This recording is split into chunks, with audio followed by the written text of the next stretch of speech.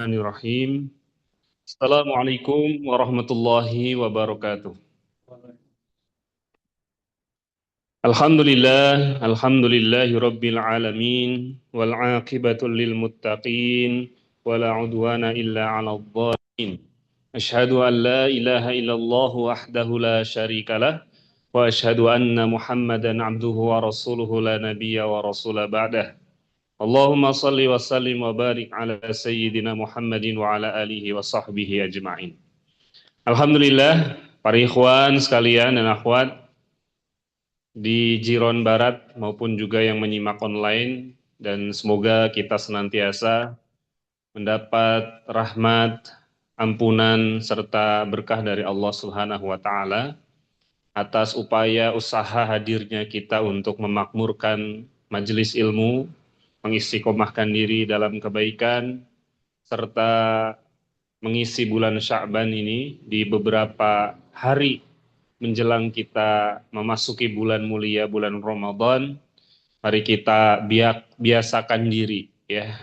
Kita latih, ya, nafsu kita untuk tunduk terhadap amal-amal baik, terhadap perintah-perintah Allah, agar harapannya dengan bulan Sya'ban kita rawat, kita jaga, kita tanam, kita akan tuai hasil baiknya kelak nanti setelah kita berada di bulan Ramadan, bahkan juga setelah Ramadan, kita termasuk yang disebutkan Allah menjadi hamba-hamba Allah yang bertakwa.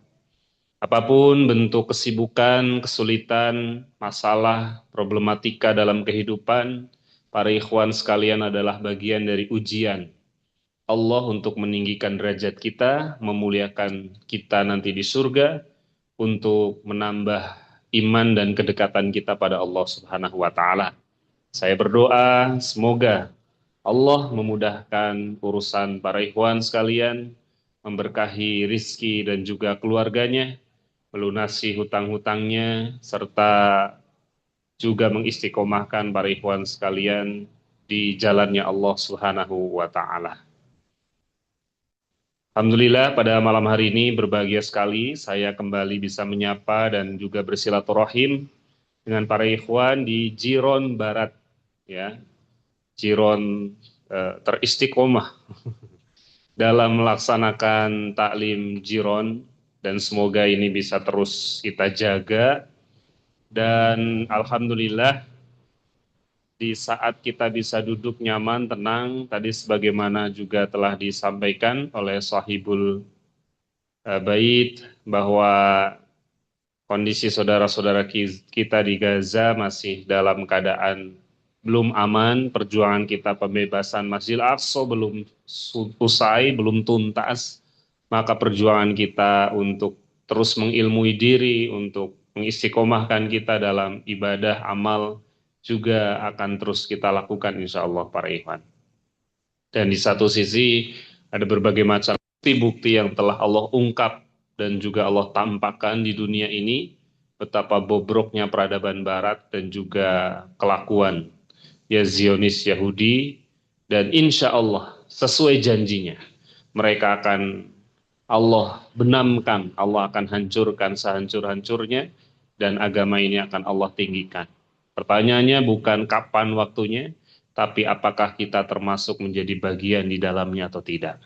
Maka para ikhwan, mari kita lanjutkan belajar kita malam hari ini, masih terus berusaha diniatkan agar kita bisa menyempurnakan ibadah kita, agar kita melakukan ibadah bukan hanya sekedar ikut-ikutan, ya, bukan hanya sekedar eh, pelaksanaan, tapi betul-betul kita memahami, mengilmui kenapa saya harus melakukan ini, kenapa saya harus melakukan itu, semuanya berdasarkan dalil, semuanya berdasarkan penjelasan para ulama, sehingga akan memantapkan kita dalam ibadah, khususnya dalam pembahasan ini sholat, bahwa sholat saya sudah benar sebagaimana dijelaskan di dalam berbagai dalil yang sudah kita bahas dan akan terus kita bahas.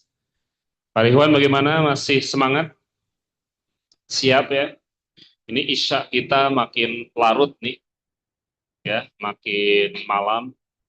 dan semoga tidak mengurangi semangat kita karena malam dan siang tidak ada bedanya, ubahnya adalah waktu yang Allah sediakan. Meskipun di sisa-sisa waktu para ikhwan, saya berharap kita terus semangat, masih ada gorengan di sana ya, ada lebet, silahkan mau sambil nyemil juga boleh ya, boleh, jangan takut para ikhwan ya.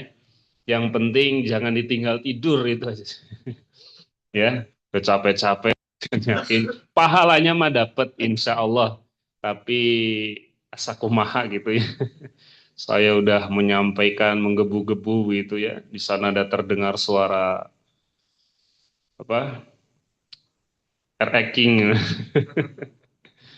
Baik, para ikhwan sekalian yang kami cintai karena Allah, bahasan kita akan melanjutkan. Terakhir kita telah membahas sampai pada gerakan apa, para ikhwan?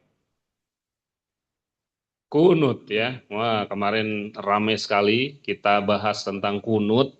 Sudah saya paparkan beberapa dalil pendapat ulama khususnya dalam memahami atau menyimpulkan beristimbat tentang kunut subuh. Ternyata hasilnya bagaimana para ikhwan kunut subuh? Eh? Bagaimana? Haram? Haram? Tidak. Justru sebagian ulama menyunahkan, menganjurkan hal itu untuk diamalkan, sebagian lagi mengatakan itu memang tidak dianjurkan untuk diamalkan. Artinya kemarin sudah bagi yang mau mengamalkan ada landasan dalilnya, bagi yang tidak pun ada landasan dalilnya dan tidak perlu untuk saling menyalahkan. Nah, sebetulnya kalau kita bahas secara umum, ya singkatnya memang perbedaannya terletak pada salah satunya nih ya, terletak pada satu hadis yang kemarin kita bahas, yaitu hadisnya Anas bin Malik yang meriwayatkan tentang bahwa Rasulullah melaksanakan kunut subuh ya, yaqnutu fil fajri hatta faraqad dunya, sampai beliau wafat. Di situ perbedaannya. Jadi ini yang jadi pegangan Imam Syafi'i mazhabnya, bahwa kunut subuh itu memang sunnah dan dilaksanakan sampai beliau wafat. Nah, mengapa tidak dijadikan oleh madhab yang lain ini sebagai dalil? Nah, karena ternyata bukan mereka nggak tahu hadis ini. Dan kita sudah bahas kemarin, ternyata para ulama madhab itu hidup di tempat yang berjauhan, hidup di zaman yang tidak sama, ya, dan juga melalui jalur periwayatannya sangat banyak, serta kitab hadis tidak terkodifikasikan dengan sangat rapih sebagaimana hari ini. Dan orang yang mengkodifikasikan hadis pertama kali yang diakui secara menyeluruh oleh para ulama adalah Imam siapa pengumpul hadis sahih? Bukhari. Dan itu hidup setelah masa 4 imam madhab yang kita telah pelajari. Abu Hanifah, Imam Malik yang paling tua, diikuti oleh Syafi'i dan muridnya Ahmad bin Hambal atau Hanafi. Nah, hadis tersebut, lalu bagaimana pendapat yang lain? Nah, sedangkan pendapat yang lain mengatakan hadis itu lemah, ya. Sedangkan Imam Syafi'i menyebutkan hadis itu hasan. Hasan, masih ingat nggak dulu kita pernah nulis tuh di papan tulis, kalau saya nulisnya ingat ya, bahwa derajat hadis itu ada beberapa. Yang paling tinggi kita sebut hadis sahih ya. Lalu kemudian yang tengah-tengah disebut sahih banget enggak gitu ya. Lalu terlalu bawah juga tengah-tengah, hasan, dan yang paling bawah disebut dhaif. Sebetulnya ada lagi ya di bawah dhaif. ya. Nah, hanya kemarin kita nggak sampai jauh, khawatir makin bingung. Dan ternyata di zamannya beliau itu belum ada penyebutan secara resmi adanya hadis Hasan. Karena orang yang menyebutkan secara istiqomah terus-menerus dalam setiap periwayatannya hadis Hasan tengah-tengah nih, itu adalah Imam At-Tirmizi. Dan beliau hidup setelah Imam Bukhari. Ya, jadi jauh. Jadi dulu orang kalau nyebutin hadis, kalau Bukhari kan ngambilnya yang sohih-sohih aja nih, sohih-sohih gitu. Yang enggak dibuang. Yang sedikit aja nggak kuat dibuang. Dibuang dimaksud tidak diambil sama beliau. Nah ini mah ada hadis, ya. Hadis ini doif juga bukan. Hadis ini sohih juga bukan. Nah para ulama memaknai hadis ini tuh macam-macam. Ada yang mengatakan lain, ada yang mengatakan laba sabih nggak apa-apa, boleh diamalkan begitu. Tapi belum disebutkan secara umum dengan predikat apa? Hasan. Nah, baru setelah itu di zamannya Imam At-Tirmidzi baru menyebutkan antara hadis sohih dan hadis doif ada yang namanya hadis Hasan. Nah, menurut Imam Syafi'i ini Hasan.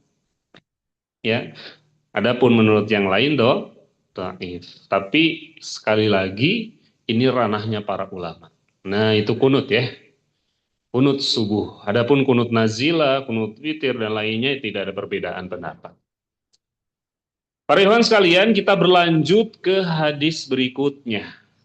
Hanya mohon maaf kami tidak sempat mengeprintkan lagi karena qadarullah ya belum sempat begitu ya. Ada satu dan lain hal sehingga saya akan bacakan bagi yang punya kitabnya boleh sambil dibawa dan dibuka. Ada punya PDF-nya juga boleh. Ya, kita akan belajar tentang bagaimana cara sujudnya Nabi. Kalau kemarin lebih ke tata cara sujud, ini mah perubahan gerakan dari ruku ke sujud. Pertanyaannya, dari ruku ke sujud yang dijatuhkan ke lantai atau yang diturunkan pertama kali itu lututnya atau tangannya atau kepalanya. Nggak mungkin yang ketiga ya, ya kecuali pingsan itu. Lututnya atau tangannya. Ayo yang mana? Lutut, tangan. Atau ke belakang.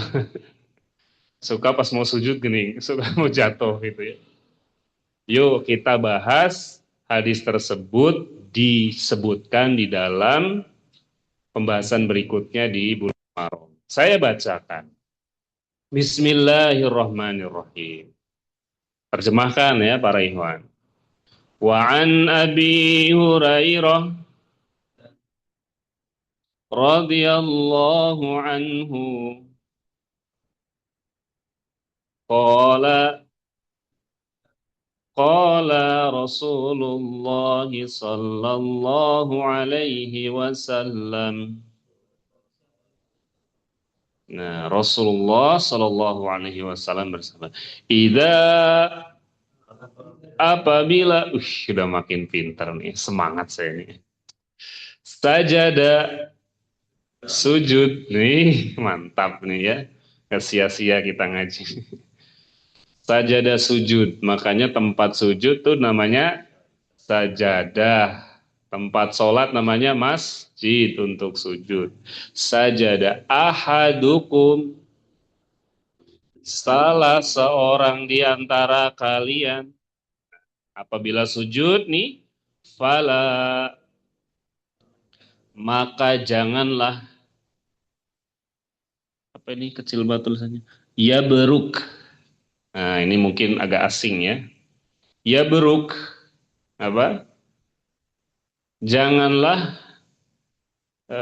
duduk begitu ya. Kama sebagaimana ya berukul ba'ir. Tadi ya beruk apa? Duduknya al-ba'ir. Siapa al-ba'ir? Unta. Jadi ba'ir itu unta, para ikhwan. Nah, jadi ternyata kalau kita mau sujud atau kita mau ya sujud gitu ya. Janganlah kita duduk yang dimaksud tuh ya posisi menjatuhkan ke lantai terlebih dahulu seperti unta. Tuh, udah pernah lihat unta belum? Kalau misal sujud gimana? Sujud duduknya gimana? Yang depan dulu, yang belakang dulu. Ini jelek gitu, baru depan atau depan dulu belakang. Kalau nggak ada, tonton di YouTube, so. Dilihat. Nanti lihat ya videonya unta kalau turun mana dulu, ya. Depan dulu atau belakang dulu. Nah,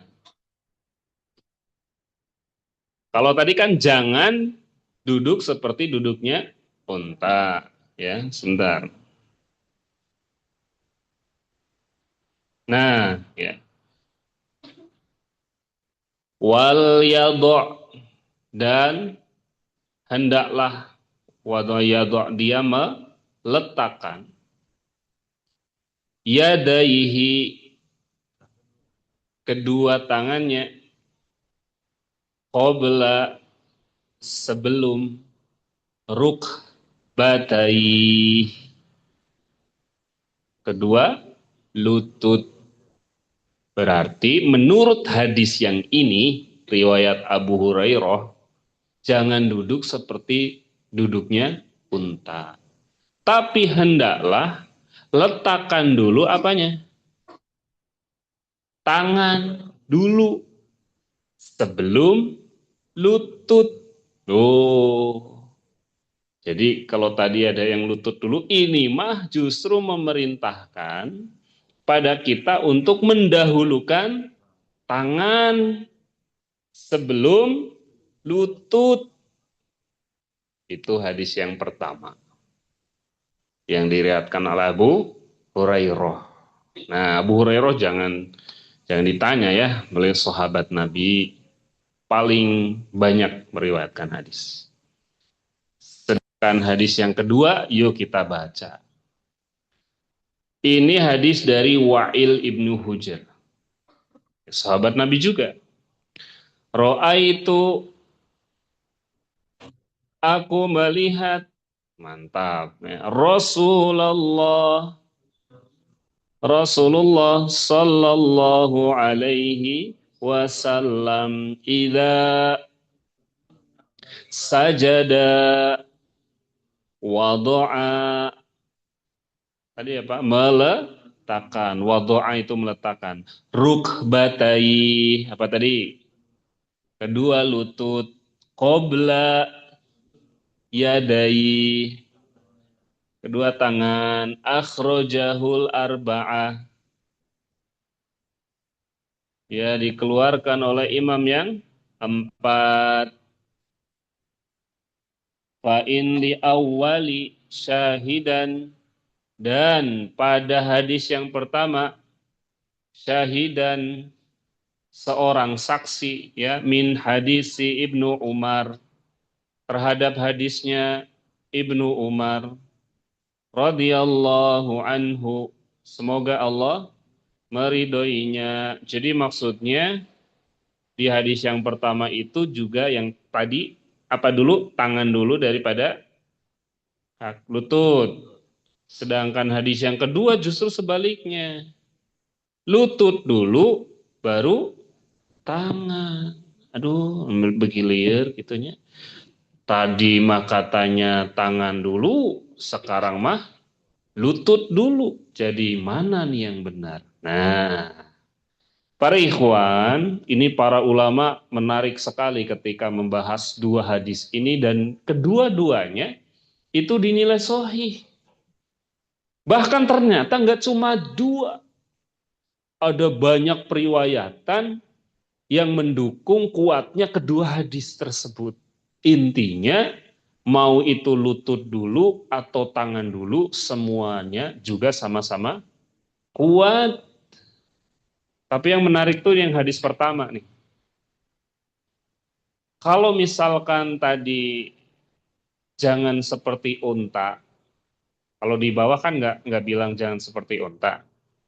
Itu mendahulukan lutut dulu, baru tangan, ya. Mungkin itu masuk akal. Karena kalau para ikhwan lihat unta, unta itu dulu biasanya yang turun depan dulu, belakang dulu tadi. Udah dilihat belum? Depan dulu. Unta itu kalau turun depan dulu. Nggak ke samping ya, nggak. Depan dulu, baru belakang. Kan secara, kalau saya tadinya, oh berarti kalau gitu, yang seperti unta apa? Apa dulu? Tangan dulu, baru lutut. Tapi yang menarik, di situ Abu Hurairah malah bilang, jangan seperti unta, tapi hendaklah kamu ya sujud itu duduk tangannya dulu baru kakinya, kan harusnya kebalik. Harusnya itu, ini kalau pemahaman awal saya ya, kalau nggak seperti unta itu ya harusnya lutut dulu. Kan unta depan dulu tuh. Nah ternyata saya baca tuh. Ada argumentasinya. Ternyata menurut para ulama, ya, unta itu tidak sebagai manusia. Punya tangan dan punya kaki, yang di kaki itu kemudian kita sebut sebagai lutut. Pertanyaannya, unta tangannya mana? Terus lututnya yang mana? Gitu. Kalau kita manusia jelas, unta tangannya yang mana? Ternyata menurut para ulama, lutut unta itu ya itu yang di depan itu. Itu lutut. Ya. Tangannya itu ya di ujungnya. Artinya unta sudah mendahulukan ya tangannya lebih dulu. Ini menurut Abu Hurairah ya. Lalu kemudian baru ditekuk lututnya. Tek gitu. Oh begitu ya, iya benar juga. Masuk akal juga begitu ya. Dengan begitu tetap dikatakan bahwa perintahnya menyelisihi onta. Oh. Ya artinya mendahulukan tangan dulu, kemudian baru lutut. Maaf, ya lutut ya. Tadinya jangan seperti onta ya. Kemudian baru tangannya. Nah jadi Pak teman-teman ya, kebiasaan dikutab nih. Para ikhwan sekalian, dari hadis tersebut sekali lagi pembahasan ulama sangat panjang. Yang jelas para ulama fikih juga terbagi menjadi beberapa pendapat.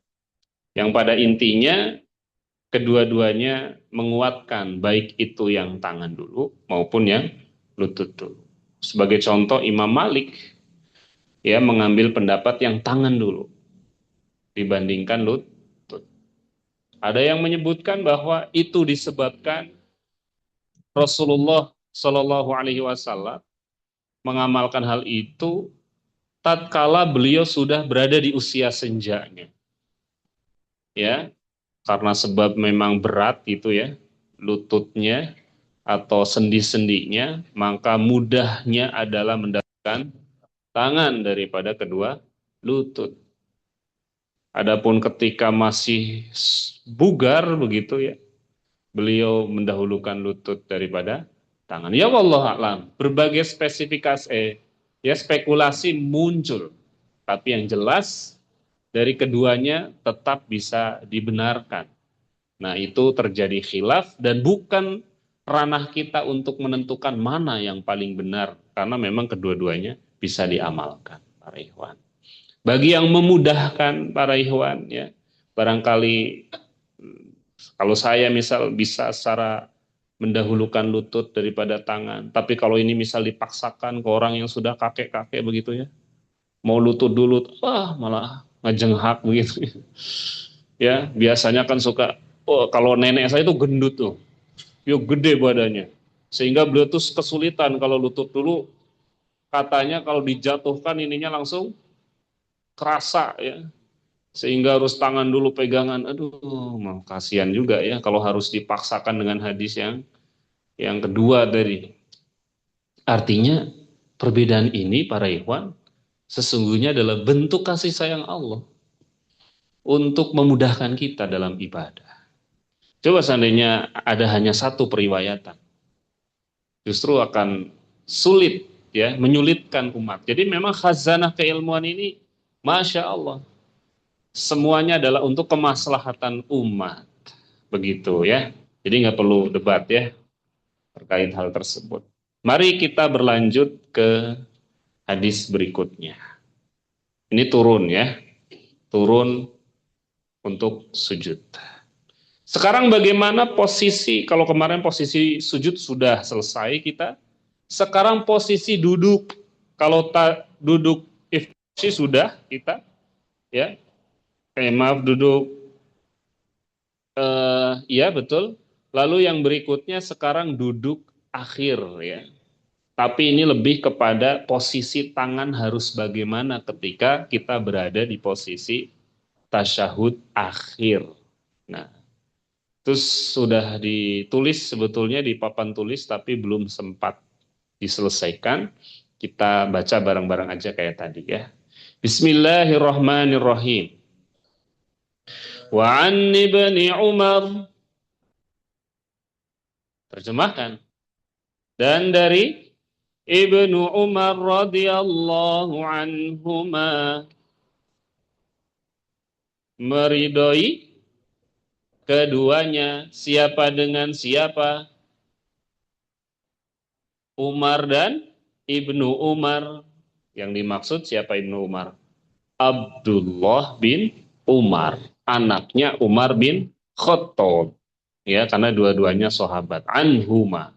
Anna Rasulullah sallallahu alaihi wasallam, anna, bahwasanya Rasulullah sallallahu alaihi wasallam kana, apa tadi? Ya. Dahulu apabila dahulu ya, karena ini bisa bermakna sesuatu yang telah lampau atau sesuatu yang tidak hanya sekali dilakukan, berkali-kali. Ida, apabila qa'ada, duduk, duduk. Bangkit, rofa'a. Qa'ada, duduk, li tasyahudi, untuk tasyahud. Wado'a, apa tadi wado'a? Meletakkan yadahu. Nah, kalau yadahu teh satu, kalau dua tadi apa? Yadai. Yadahu, tangannya, meletakkan tangannya. Sambil kita bayangkan, Rasul kalau duduk meletakkan tangannya. Al yusro, yusro, yamin, yusro. Ada sebelah kiri, tangan kiri. Meletakkan tangan kiri. Ala rukbatihi, apa tadi rukbatihi? Kalau dua tadi rukbatai, kali rukbatihi. Lututnya, kira-kira lutut kanan, lutut kiri. Masa kayak gini ya. Lututnya, karena di situ disebutkan rukbatihil yusro. Nah, jadi tangan kiri di atas lutut kiri. Jelas ini mah.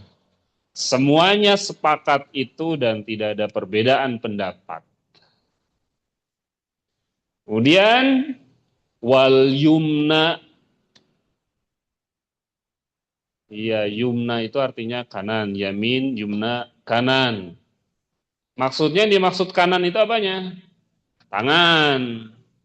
Alal yumna,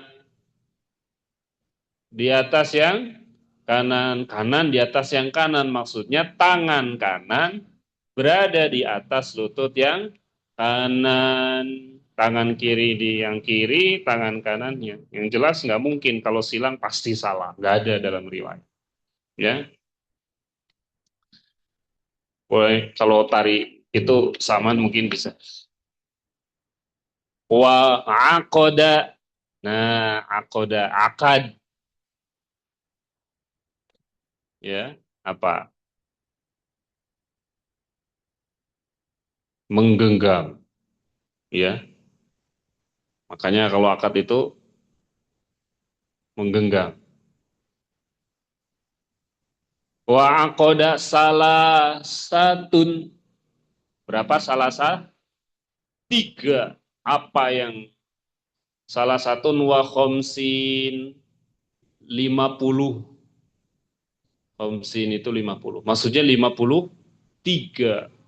Loh, dan menggenggam 53. Maksudnya genggamannya itu mirip dengan angka 53.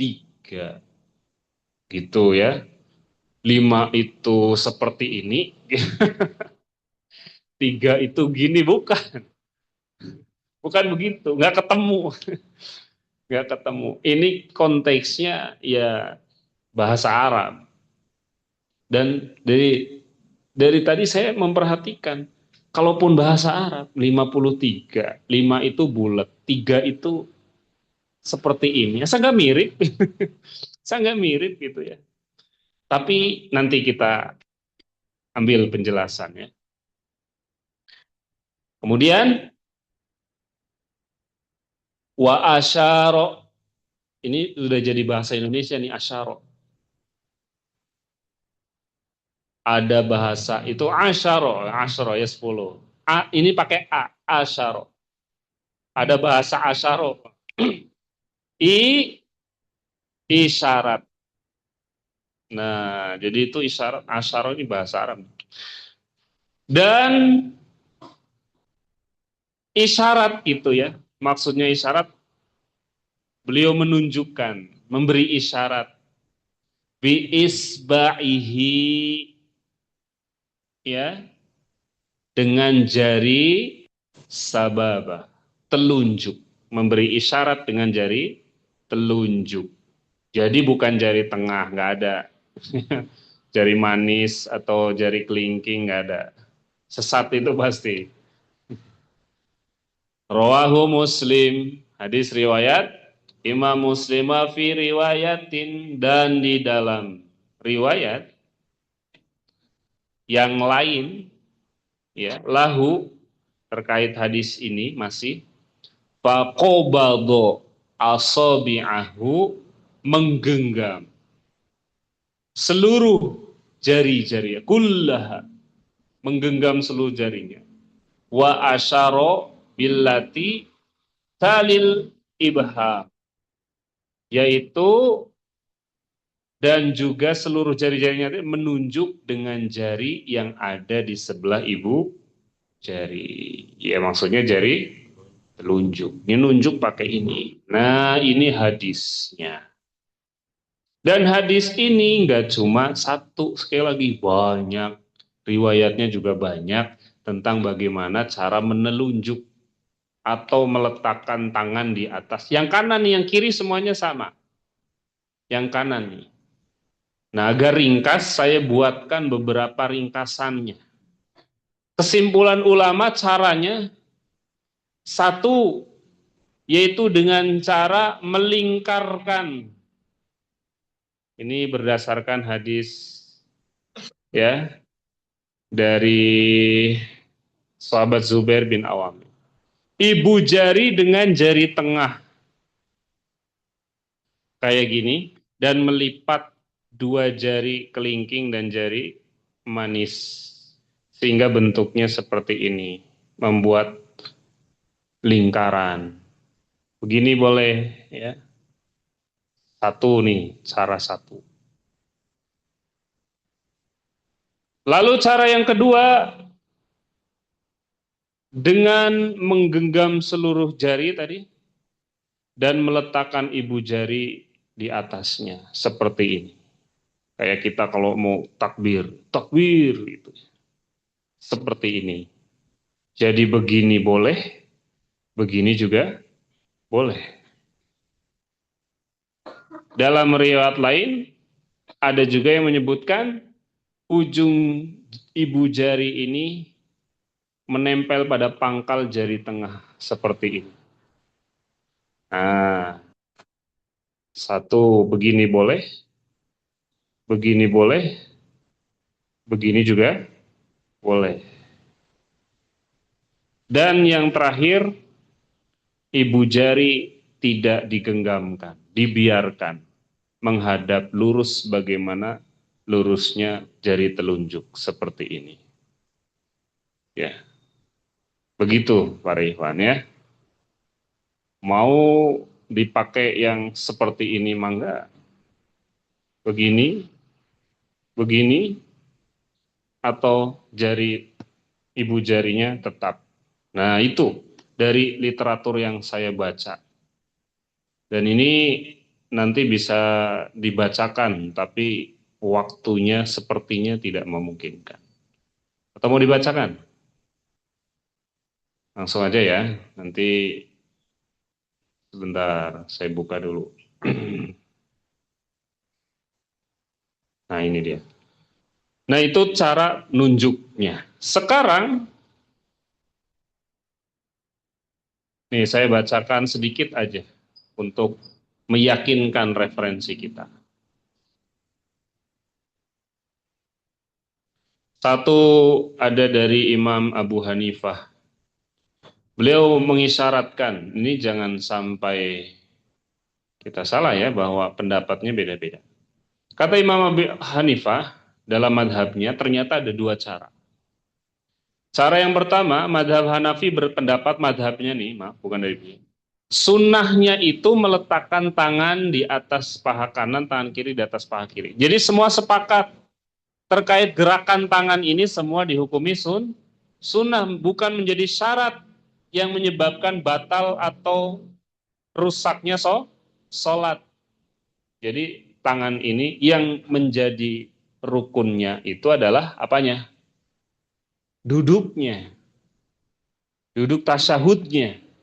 Tapi adapun gerakan tangan ini adalah kesempurnaan, tapi bukan jadi mengabaikan. Justru kita mau cari sholat kita agar makin sempurna. Itu yang sunnah. Sedangkan kata beliau dengan cara memosisikan ujung-ujung jari ya di atas tekukan lutut. Nah, itu menurut beliau jadi yang bagus, yang tepat, yang sempurna itu ujungnya ini sejajar sama tekukan lutut, nggak terlalu ke depan, nutupin lutut kayak gini, enggak. Atau terlalu ke belakang, tapi sejajar. Ini jari-jarinya segini kayak gini. Ya. Lalu membuka semua jari sehingga tidak ada yang dikepalkan. Ini pendapat pertama dari madhab Hanafi. Justru kalau dari madhab Hanafi itu kanan pun tidak dikepalkan. Maka ada yang cuma begini. Hanya sedikit sekali pendapatnya. Adapun pendapat kedua di madhab tersebut tetap dikepalkan. Tapi belum diacungkan. Yang dimaksud belum ditegakkan. Ya. Kapan nanti menegakkannya atau menggerakkannya nanti. Kita baru cara dulu tadi ya. Yang jelas secara mayoritas tadi yang begini, begini, begini, atau begini. Gitu ya. Nah ini pendapat beliau. Adapun pendapat dari yang lain, madhab Maliki, sunnah membukakan atau menelungkupkan yang dimaksud tangan kiri pada paha kiri, melingkarkan ketiga jari kanan tadi ya, 1, 2, 3. Jari manis, jari tengah, jari kelingking. Melingkar. Dan membentuk lingkaran dan ditempelkan pada pinggir tangan yang dekat kelingking dan mengulurkan jari telunjuk seperti menunjuk dan membiarkan ibu jari apa adanya. Berarti begini tadi yang pendapat beliau.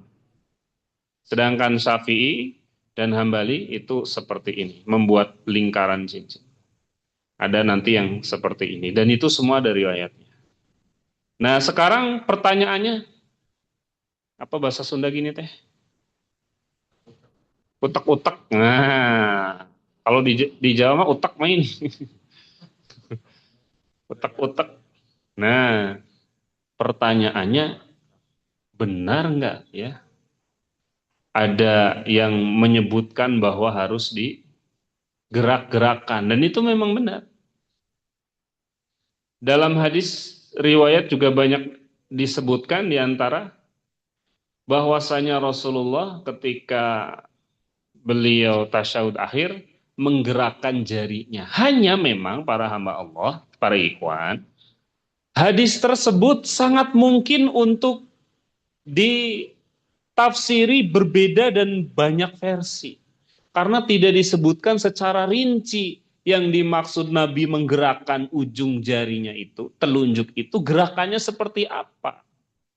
Apa hanya sekali gerak, apa berkali-kali, apa ke atas, ke pinggir, atau muter-muter. Nah, bisa. Itu nggak ada penjelasan secara rinci. Dan ini para ulama mencoba untuk mencari kesimpulan terdekat dari versi mereka masing-masing. Ya, karena sahabat mau ditanya juga udah pada wafat. Hanya tinggal periwayatannya saja. Maka akhirnya kesimpulannya pun berbeda-beda. Termasuk tadi dalam menentukan jari seperti ini. Seperti tadi angka 53 ternyata yang dimaksud, ada sebagian ulama yang menyebutkan 53 yang dimaksud itu adalah jari mati bahasa Arab. Bukan angka bahasa Arab yang kita kenal. Karena angka itu kita kenal itu bahkan baru ada di masa Abbasiyah. Ya. Dan jari matika itu ada tanda misal kayak gini contohnya. 1, ya, 2, 3, 4 nanti beda lagi. Bukan kayak gini. Pokoknya adalah gitu ya. Ada yang versinya begitu, tapi semua ulama kesimpulan dengan cara jarinya dilingkarkan atau digenggam. Itu aja sudah. 2 itu aja. Termasuk bagaimana gerakan ujung telunjuk ini. Nah, kalau versi daripada Imam Abu Hanifah, beliau sekali lagi bukan hanya berdasarkan dalil secara periwayatan, tapi juga beliau menggunakan akal gitu, pendekatan akal. Di Arab itu orang terbiasa kalau syahadat, ya, biasanya mereka akan mengacungkan jari seperti ini. Maka yang dimaksud dengan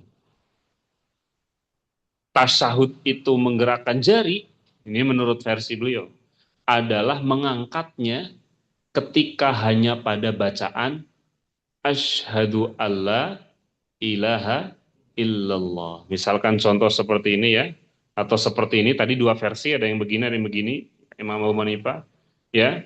Misalkan tadi disebutkan dari awal bacaan gimana?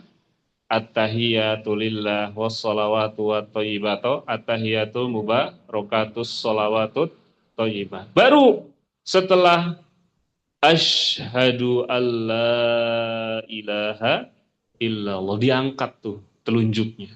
Tapi begitu sampai kata la ilaha illallah, asyhadu alla ilaha illallah, diturunkan lagi dan tidak diangkat lagi, hanya sekali, dan itu dimulai dari bacaan asyhadu sampai Allah saja, illallah saja, sudah. Itu versi beliau. Karena hanya apa fungsi dan maknanya? Hanya ingin menjadikan penekanan bahwa memang Allah lah satu-satunya zat yang wajib kita sembah. Dalam penghayatan kita tahiyat, ya, asyhadu alla ilaha illallah. Sudah selesai. Habis itu, ya, diturunkan. Itu versi dari Imam Abu Hanifah. Sedangkan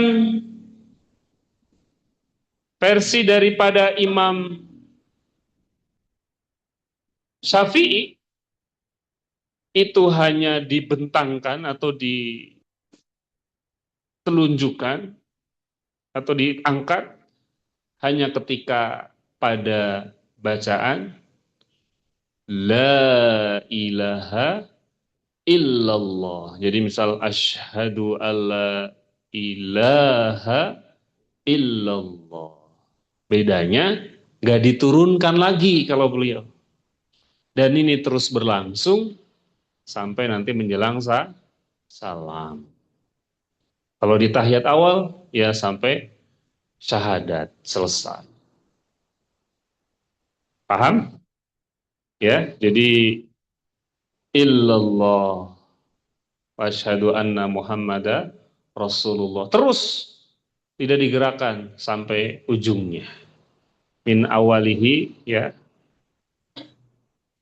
atau dari kata la ilaha illallah ila akhiri, sampai akhir. Itu dari Imam Syafi'i atau madhab Syafi'i. Sebetulnya di setiap madhab pun beda-beda, tapi yang umum, saya ambilkan ini yang umum, mayoritas itu ya, dari setiap madhabnya. Lalu yang ketiga, yang belum siapa berarti? Hanbali. Nah ini saya bacakan di sini. Sedangkan Imam Ahmad bin Hambal, ya, berpendapat sunnahnya berisyarat dengan telunjuk ketika tasyahud setiap kali mengucapkan lafaz Allah. Nah, kalau versinya beliau, telunjuk ini juga difungsikan agar kita selalu mengingat Allah dalam setiap lafaznya, baik di pikiran maupun lisan. Jadi kalau ada lafaz At-tahiyatu lillah wassalawatu wattaibah. Assalamu alayka ayuhan nabiyyu wa rahmatullahi wa barakatuh. Assalamu dan seterusnya. Asyhadu an la ilaha illallah wa asyhadu anna Muhammadar Rasulullah. Pokoknya setiap lafaz Allah jari itu diangkat. Nah, sehingga akan muncul beberapa kali angkat jari, ya, ketika terdapat lafaz Allah. Sedangkan imam, siapa yang belum? Siapa yang belum? Hanafi tadi sudah, Syafi'i sudah, Imam Ahmad bin Hambali sudah. Lalu yang belum? Maliki. Sedangkan beliau mah, ini yang paling awal nih beliau, Ahlul Madinah. Itu sudah dibentangkan bahkan sejak awal kali pertama tahiyat. Ya begitu, at-tahiyatu lillah wassalawatu wat. Hanya beliau juga berpendapat jarinya pun digerakkan sedari awal sampai akhir. Bahkan riwayat menyebutkan beliau menggerakkan jarinya bukan ke atas ke bawah, tapi ke kanan ke kiri. Oh, gitu Pak Revan. Baru ya? Belum ada ya di sini ya? Adain lah. Nah, jadi begitu. Ya bahkan nanti ada pendapat-pendapat lain, namun secara garis besar saya cukupkan sampai di situ saja. Begitu Pak Ikhwan ya. Makanya kita lihat ada yang dari awal sudah tahiyat, ada yang begitu nanti asyhadu alla ilaha illallah baru tahiyat, ada yang tadi hanya sampai situ saja selesai. Nah, itu ragam pendapat ulama karena memang konteks hadis tadi atau tidak disebutkan, sehingga para ulama mencoba untuk mencari kesimpulan terbaik versi mereka. Begitu para hamba Allah, para ikhwan, berkaitan dengan cara nunjuk atau tasyahud. Sampai sini paham? Insya Allah. Paham atau ngantuk? Nggak perlu ice breaking dulu ya. Takbir. Al-Aqsa. Waduh, ini kalau dipaksakan bahaya. Si kecelakaan matanya tek.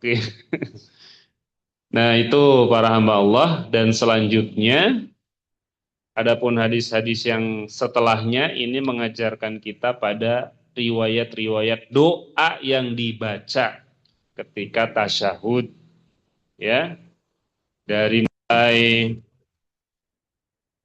doa yang biasa kita baca tadi ada at-tahiyatu lillah wassalawatut thayyibah assalamu ala, atau ada at-tahiyatul mubarakatus salawatut thayyibah, semuanya ada. Doa yang kita baca insya Allah dari guru-guru kita sudah berdasarkan riwayat yang disebutkan di dalam hadis. Dan setelah itu baca apa? Sholawat. Iya itu kan sudah habis sholawat, udah sepaket itu ya. Allahumma sholli ala Muhammad dan seterusnya. Setelah itu baca doa. Apa doanya? Allahumma inni a'udzubika minal khubusi wal khaba'is. Bukan. Doa mau masuk WC ya. Min adzabi jahannam wa min adzabil qabri wa min fitnatil mahya wal mamat wa min syarri fitnatil masihid dajjal. Itu doa yang pertama ya setelah sholawat. Kemudian ada lagi doa Allahumma la ma Allahumma ini tu nafsi zulman kasiro wala yaghfiru dzunuba illa anta faghfirli fa innahu ya min indika wa rahmati innaka antal ghafurur rahim. Atau ada juga versi lain Allahumma la mani alima utaita wa la mu'tiya lima manata wa la yanfa'u dzal jaddi minkal jaddu. Atau ada lagi Allahumma inni tadi dalam tu nafsi dzulman katsiron dan seterusnya.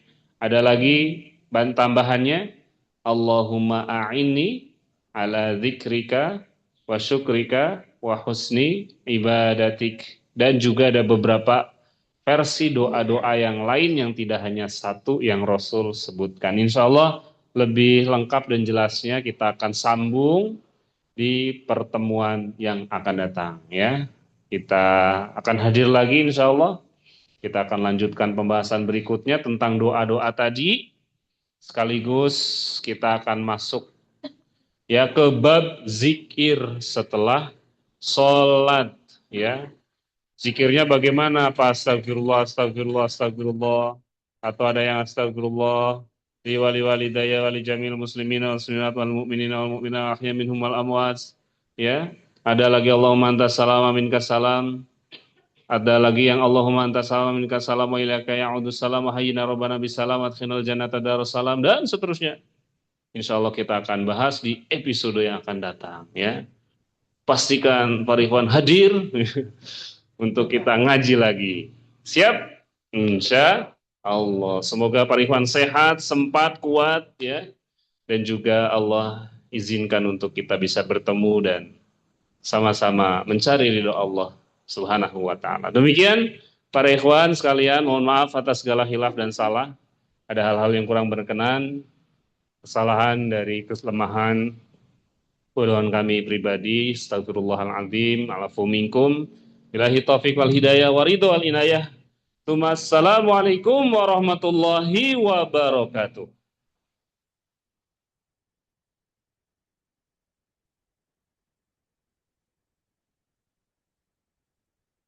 Alhamdulillah, jazakallahu khair pada